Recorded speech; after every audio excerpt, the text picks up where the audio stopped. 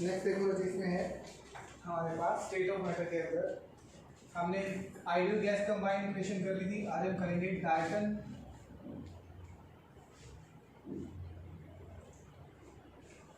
या Dalton law of pressure भी नाम से इसको भी बोलते हैं, दोनों नाम से बोल सकते हैं इसको। Dalton law of partial pressure.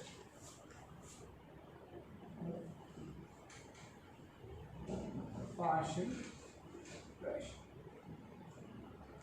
अब ये क्या कहता है, बहुत सिंपल सा है।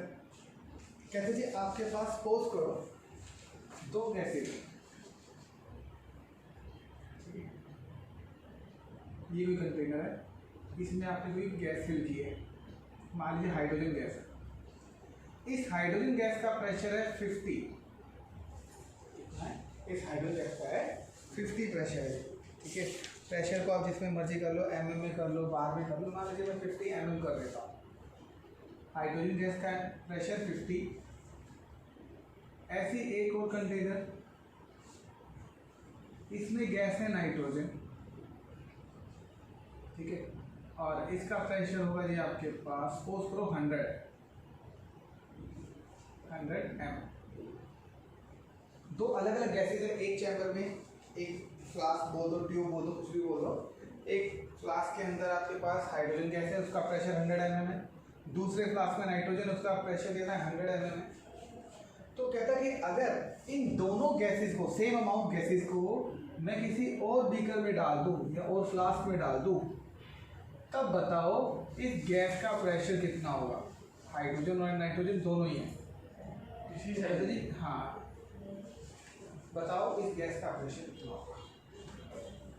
आती होती जल्दी ये दोनों इकट्ठे, ये भी इसमें हमने डाल दी और ये तो कहते हैं प्रेशर होगा 150। कैसे 50 प्लस 100, क्योंकि नाइट्रोजन का प्रेशर कितना है 100 और हाइड्रोजन का प्रेशर कितना है वो भी 50, तो दोनों का प्रेशर मिलाएंगे तो क्या होगा 150। तो कहते हैं जी आपके पास जो प्रेशर होता है, प्रेशर ऑफ कंबाइंड गैस बोल दीजिए, वो किसके बराबर होगा। कहते हैं जी वो जो गैसेस आप यूज़ कर रहे हो उसके बराबर। किसके बराबर होगा, वो जो गैसेस आप यूज़ कर रहे हो उसके बराबर, ठीक है। जैसे अब इन दोनों गैसेस का कंबाइन कितना होगा, इसको बोलिए partial pressure of hydrogen plus partial pressure of nitrogen. अब वो कितना है, कहते जिसका 50 है और इसका कितना था 100, तो पूरे कंपाउंड में कितना आया 150 mm। बहुत सिंपल सा चीज़ कि आपके पास कोई भी कंपाउंड है, उसका जो कंपाउंड का जो प्रेशर है वो कितनी गैसेस आप यूज़ कर रहे हैं उसके पार्शियल प्रेशर के बराबर होता है, ठीक है जी। ये आपको ध्यान में रखना है। ऐसे ही आप कितनी मर्जी हो गैसेज लीजिए, मान लीजिए आपने 3 गैसेज ले लेते, ऑक्सीजन भी ले लेते। अब आपके पास इसका मान लीजिए आपके पास इसका भी 50 mm प्रेशर है और मैं बोलता हूँ तीनों को मिला के बताओ कितना प्रेशर होगा, बोले 200 हो जाएगा। तो कहते हैं जी आपके पास डिफरेंट टाइप से अगर अलग अलग, पार्शियल का मतलब क्या होता है, यहाँ पे वर्ड यूज करता है पार्शियल प्रेशर। पार्शियल का मतलब अकेले जो प्योर गैस है उसका प्रेशर कितना है, प्योर हाइड्रोजन का प्रेशर कितना, प्योर नाइट्रोजन का प्रेशर कितना और प्योर ऑक्सीजन का प्रेशर, उसको क्या बोलते हैं, उसका पार्शियल प्रेशर के नाम से जाना जाता है, ठीक है जी। ये होता है आपके पास partial pressure.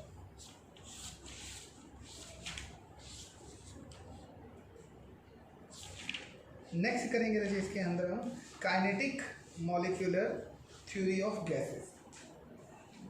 Kinetic molecular theory of gases.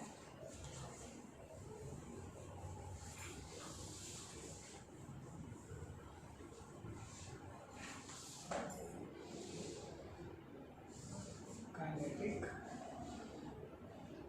Molecular theory of, अब ये क्या होती है, आपने वो सब पढ़ा होगा जी 10th क्लास के अंदर, डाल्टन एटॉमिक थ्योरी पढ़ी। क्या बोलता था उस डाल्टन एटॉमिक थ्योरी में, बोलो। तो बोलो, थोड़ा बहुत पता होगा।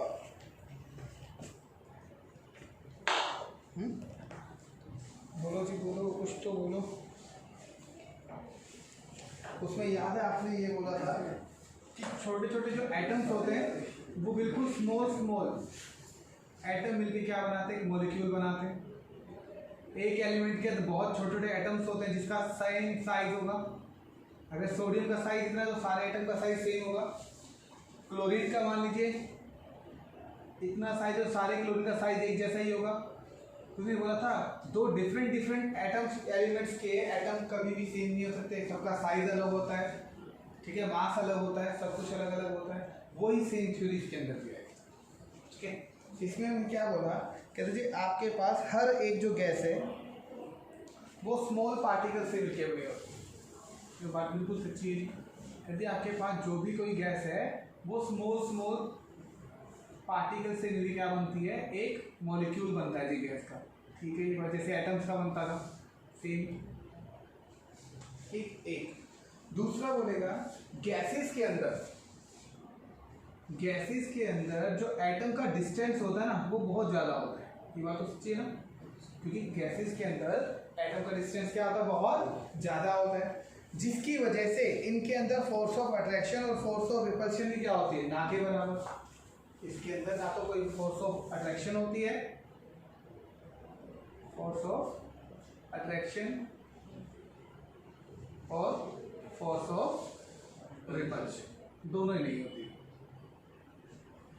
क्योंकि इनके गैसेस में हमें बचपन से पढ़ते हैं कि गैसेस के एटम बहुत क्या होते हैं, दूर दूर होते हैं। और आपको पता है जितना ज़्यादा डिस्टेंस दूर होगा, दो एटम के बीच जितना ज़्यादा डिस्टेंस होगा उनके बीच में अट्रैक्शन और रिपल्शन के चांसेस क्या होंगे, बिल्कुल कम हो जाएंगे, ना के बराबर होते हैं, ठीक। फिर कहते हैं आपके पास हमेशा ध्यान रखिएगा कि जो ग्रेविटेशन फोर्स होता है, ग्रेविटेशनल फोर्स होता है गैसेस के एटम का, वो क्या होता है, नेग्लिजिबल होता है। क्या होता है, नेग्लिजिबल, क्योंकि गैसेस तो हमेशा ऊपर उठती हैं, उन्हें तो फोर्स ऑफ अट्रैक्शन लगता है, नीचे तो आती नहीं है। गैसेस हमेशा क्या होती है, ऊपर उठती है। तो क्या बोलेंगे कि इनमें ग्रेविटेशन फोर्स क्या होता है, ना के बराबर होता है, बहुत ही कम होता है, ठीक है। फिर आपके पास डिफरेंट डिफरेंट, अब सभी एटम देखो, ये गैसेस के एटम सपोज कीजिए आप, तो गैसेस के एटम सबसे ज़्यादा मूवेबिलिटी सॉलिड के एटम में होती है, लिक्विड के एटम में होती है, गैस के एटम में होती है। तो हम बोलेंगे जी गैस के एटम में सबसे ज़्यादा मूवेबिलिटी होती है, मतलब सबसे ज़्यादा मूव करेंगे। मूव जब ये सारे एटम्स करेंगे तो क्या इनकी डायरेक्शन सेम होगी, हम बोलेंगे नहीं होगी। सबकी डायरेक्शन क्या होती है, अलग, कोई इधर घूम रहा है, कोई इधर जा रहा है, कोई इधर जा रहा है, कोई इधर, कोई इधर, कोई, सबकी डिफरेंट डिफरेंट डायरेक्शन। और गैसेस के एटम की डायरेक्शन जो होती है वो क्या होती है, सबकी डिफरेंट डिफरेंट डायरेक्शन होती है। और स्पीड, क्या स्पीड जो उसकी वेलोसिटी है क्या वो सेम हो सकती है, नहीं। सारे एटम जो गैसेस के एटम है सबकी वेलोसिटी और डायरेक्शन सेम नहीं हो सकते, किसी की कुछ ज़्यादा है, किसी की कम है, किसी की कैसे, वो सबके क्या होते हैं, डिफरेंट डिफरेंट होते हैं, ठीक है जी। ये बोलेगा फिर आपको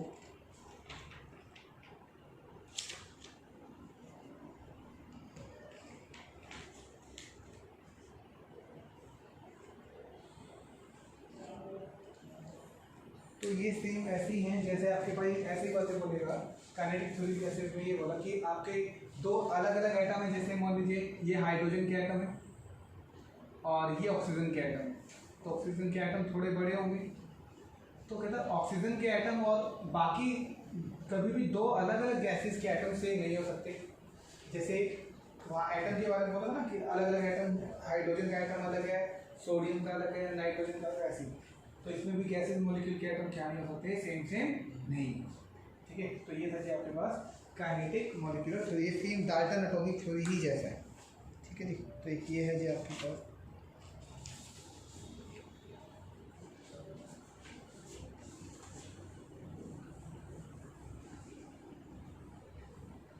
एक पढ़ेंगे रहिए, तो इसका सबसे इम्पोर्टेंट पार्ट है, पेपर में न्यूमेरिकल आता है इस पर, रियल गैसेस।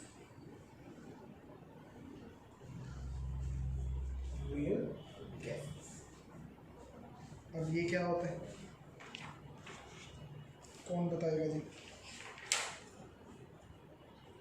कहता रहिए आपके पास, हमने पहले क्या पढ़ा, आइडियल गैस पढ़ा, हमने क्या पढ़ा, आइडियल गैस पढ़ा। कहते आइडियल गैस क्या होता है, तो हमने पढ़ा कि आइडियल के लिए हमने सारे लॉ को एक साथ फॉलो किया, एक फॉर्मूला निकल के आया PV = nRT।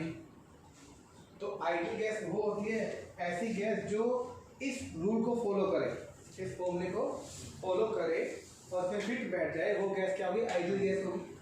ठीक है जी, हो जाएगी। और इसके लिए क्या किया, एक ग्राफ भी बनाया। ग्राफ क्या बनाया है, कहते हैं आइडियल गैस के लिए ग्राफ होता है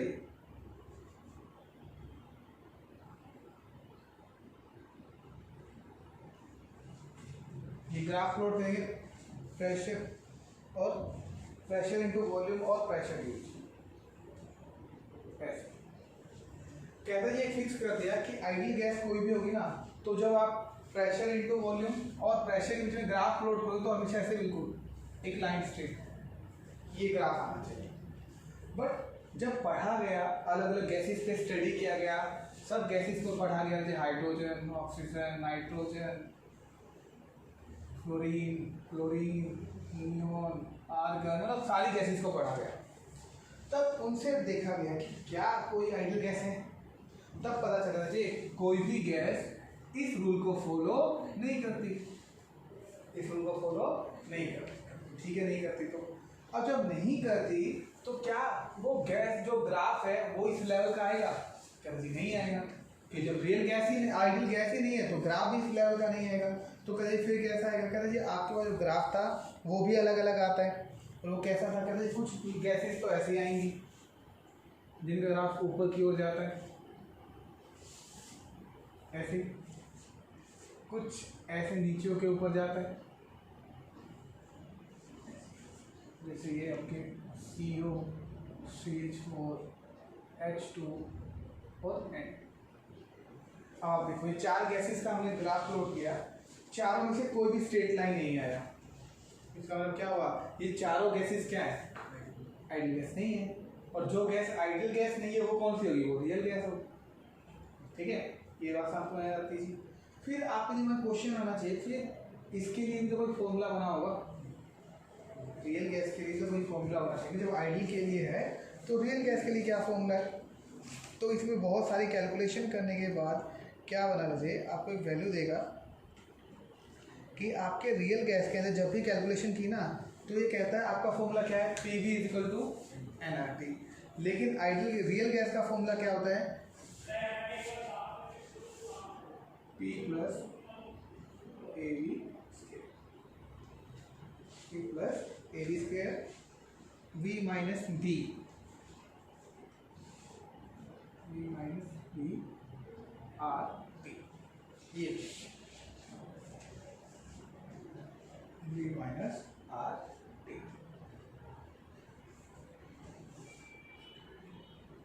ठीक है, ये तो होता है फॉर 1 मोल, फॉर 1 मोल।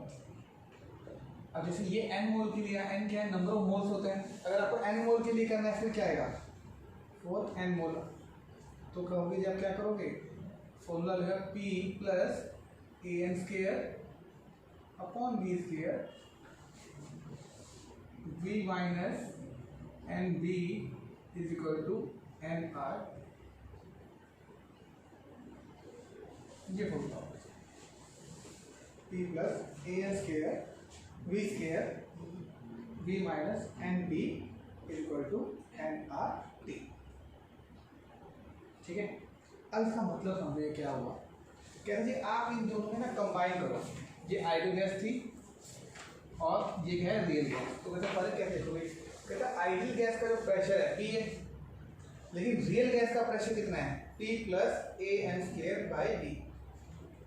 यानी कि कहता है कि आपके पास जो रियल गैस होती है ना उसका प्रेशर आइडियल गैस की कैलकुलेशन से हमेशा इतना ज़्यादा होगा। कितना ज़्यादा, इतना, AN² + V²। यानी कि सिंपल भाषा में बोलें कि रियल गैस का प्रेशर आइडियल गैस से ज़्यादा होता है। कितना ज़्यादा वो हम कैलकुलेट करके बताएंगे। ये खाली P है और ये इतना P + इतना ज़्यादा, जो भी वैल्यू है। ठीक, ऐसे ही फिर कौन था, इनटू में भी, ये इसके इनटू में भी है। अब अगर रियल गैस का जो वॉल्यूम होता है वो आइडियल गैस से हमेशा क्या होता है, थोड़ा सा कम होगा। रियल गैस का वॉल्यूम कैलकुलेशन जो आइडियल गैस की उससे हमेशा क्या होगा, कम। कितना कम, कहता V, यहाँ V है, यहाँ कितना होगा, V - NB, यानी इतना कम होगा। जितना टोटल है उसमें से कितना कम करते हैं, ये कांस्टेंट होते हैं आपके पास। और वही सेम एनआरटी तो एनआरटी। तो यदि इसका मतलब ये थोड़ी करेक्शन हो गई इसके अंदर कि रियल गैस का जो वॉल्यूम प्रेशर होता है वो आइडियल गैस से थोड़ा ज़्यादा होगा, और वॉल्यूम जो होगा वो क्या होगा, आइडियल गैस से थोड़ा क्या होगा, कम होता है। ठीक है, ये दो बातें। इसमें जो ए और बी होते हैं वो क्या होते हैं, वंडर वॉल कांस्टेंट के नाम से जानते हैं। इसमें जो ए है ना, A and B are van der Waals constant.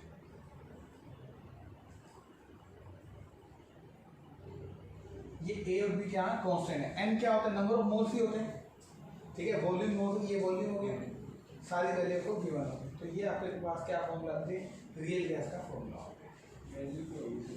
ठीक है, ये वैल्यू हर बार हर गैस के लिए अलग होगी, और वो आपको न्यूमेरिकल में दी होगी। ठीक है, इसके ऊपर एक न्यूमेरिकल पक्का है करके 3 नंबर का, रियल गैस के ऊपर या आइडियल गैस के ऊपर। इसमें थोड़ी कैलकुलेशन काफ़ी लंबी होती है, तो आपको कैलकुलेशन करने में ही टाइम लगता है, अदरवाइज ये ऑलमोस्ट सही रहता है।